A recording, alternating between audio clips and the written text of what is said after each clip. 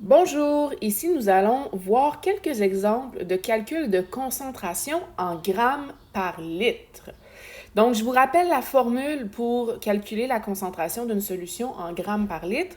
Elle est affichée à l'écran, donc la concentration est égale à la masse du soluté divisé par le volume de la solution. Très important de respecter les unités, donc le soluté, sa masse doit être en grammes et la solution, son volume doit être en litres. Alors, allons-y avec un exemple. Calculer la concentration en grammes par litre d'une solution d'eau sucrée de 200 ml qui contient 45 grammes de sucre. Alors, je vais prendre un surligneur et je vais aller surligner les informations importantes. Alors, je veux la concentration en grammes par litre de ma solution. Je sais que le volume de la solution est de 200 ml. Et je sais que la masse de soluté, qui est le sucre ici, est de 45 grammes. Une fois que j'ai fait ressortir les informations importantes, je vais aller écrire mes données. Donc, première étape, je vais aller écrire les informations que je connais. J'ai le volume de ma solution qui est de 200 ml. J'ai aussi la masse de mon soluté qui est de 45 grammes et je cherche la concentration de ma solution. Voilà.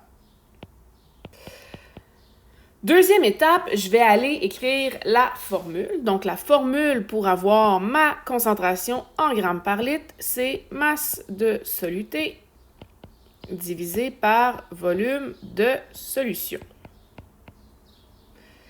La troisième étape, ça va être d'aller remplacer les variables dans ma formule par les bonnes données. Mais avant, c'est très important de vérifier si les données qu'on vous donne dans le problème ont les bonnes unités. Donc, pour avoir la concentration en grammes par litre, eh bien, j'ai besoin d'avoir des grammes pour la masse de mon soluté et des litres pour le volume de ma solution. Si je regarde les données qu'on me fournit dans le problème, la masse de mon soluté, elle est en grammes, donc ça va très bien. Mais le volume de ma solution, il est en millilitres. Donc, avant d'utiliser la formule, je dois transformer mes millilitres en litres. Donc, je vais mettre une petite étoile ici. Je dois transformer mes millilitres en litres. Pour transformer les millilitres en litres, je dois faire l'opération suivante. Je dois diviser par 1000. Donc, je vais faire 200 millilitres divisé par 1000, ce qui va me donner 0,2 litres. Donc, 200 millilitres est égal à 0,2 litres. Une fois que j'ai vérifié que toutes les unités étaient correctes, je peux passer à la troisième étape qui est de remplacer les chiffres dans ma formule. Donc, C est égal à 45 divisé par 0,2. Je fais le calcul sur ma calculatrice. 45 divisé par 0,2, ce qui va me donner une concentration de 225. Et je vais donc écrire la réponse finale lors de ma quatrième étape. La concentration ici va être de 225 grammes par litre. Il est aussi possible de faire ce problème-là avec un produit croisé. Donc, si vous n'aimez pas la formule, vous pouvez y aller avec le produit croisé. Avant, c'est très important, encore une fois, de faire ressortir les informations importantes à l'aide d'un surligneur. Donc, c'est le même problème que tantôt. Je cherche la concentration en grammes par litre. J'ai ma masse de soluté qui est de 45 grammes. J'ai le volume de ma solution qui est de 200 millilitres. C'est important aussi d'aller écrire ces données, même si on n'utilise pas la formule, pour qu'au moins on sache quels sont les chiffres avec lesquels on va jouer. Donc, j'ai la masse de mon soluté qui est de 45 grammes, le volume de ma solution qui est de 200 millilitres, et je cherche encore la concentration en grammes par litre. Produit croisé. Alors, grammes par litre, en fait, c'est grammes pour 1000 millilitres. On l'a fait tantôt, la conversion litre versus millilitre. Eh bien, j'ai 1000 millilitres dans un litre. Ça, c'est des conversions d'unités avec lesquelles vous devriez être déjà à l'aise. Et donc, on peut faire un produit croisé sous cette forme-là. Si j'ai 45 grammes de sucre dans un volume de solution de 200 millilitres, combien je vais avoir de grammes de sucre dans un volume de 1000 millilitres. Donc, petit produit croisé, on va faire 1000 multiplié par 45 divisé par 200 et votre X va vous donner 225 grammes. Et donc, votre réponse finale, c'est 225 grammes par litre, parce qu'on se rappelle que 1000 millilitres, c'est égal à 1 litre. Donc ça, ce serait une autre option pour résoudre ce problème-là, d'y aller avec un produit croisé.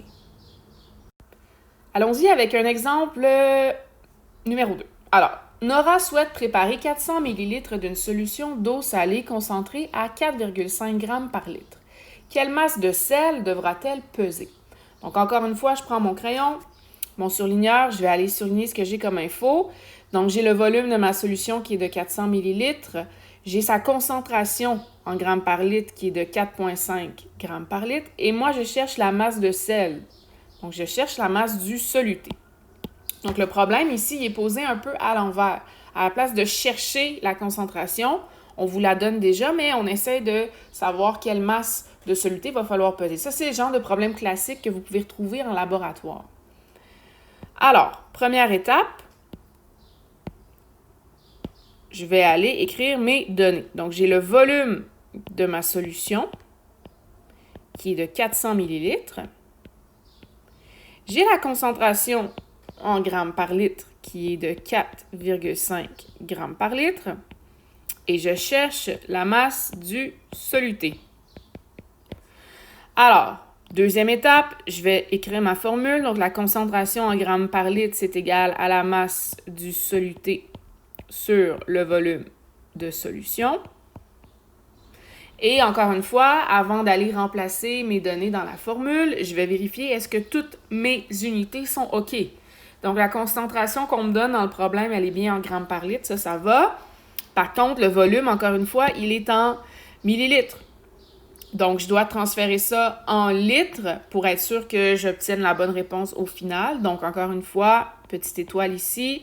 Pour mettre des millilitres en litres, je dois diviser par 1000. Donc, je vais faire 400 millilitres divisé par 1000, ce qui va me donner 0,4 litres, comme ça ici. Et là, je suis prête à remplacer les chiffres dans ma formule. Donc, la concentration que je possède, excusez-moi, j'avais oublié. Donc, la concentration, je l'ai, c'est 4,5, est égale à la masse du soluté, qui est la valeur que je cherche, divisé par le volume de la solution, qui est de 0,4. Si je veux isoler la masse de mon soluté, je vais faire 0 fois 0,4 de chaque côté de mon équation. Et ça va donc me donner ici une valeur de 1,8 est égale à la masse de mon soluté. La réponse finale va donc être de 1,8 g. Si je veux faire une solution concentrée à 4,5 g par litre et que je veux en préparer 400 ml, je dois m'assurer de peser sur la balance 1,8 g de sel. Il est encore une fois possible de faire ce problème-là avec le produit croisé. Donc, on va tout simplement aller identifier nos données, encore une fois. Donc, le volume de la solution, 400 ml. La concentration ici, elle est de 4,5 g par litre. Et je cherche la masse de mon soluté. Donc, le produit croisé va se poser de cette façon-ci. 4,5 g par litre, ça veut dire que j'ai 4,5 g de sel dans un volume de solution de 1 litre, soit 1000 millilitres. Moi, je veux savoir, si je prépare seulement 400 millilitres de solution, quelle quantité de soluté je vais retrouver à ce moment-là. Donc, on fait notre produit croisé, on va faire 400 multiplié par 4,5 divisé par 1000. Et la réponse va vous donner 1,8 g. Et donc, votre réponse finale va être 1,8 g. Donc, encore une fois, c'est un problème qu'on peut faire soit avec la formule, soit avec le produit croisé.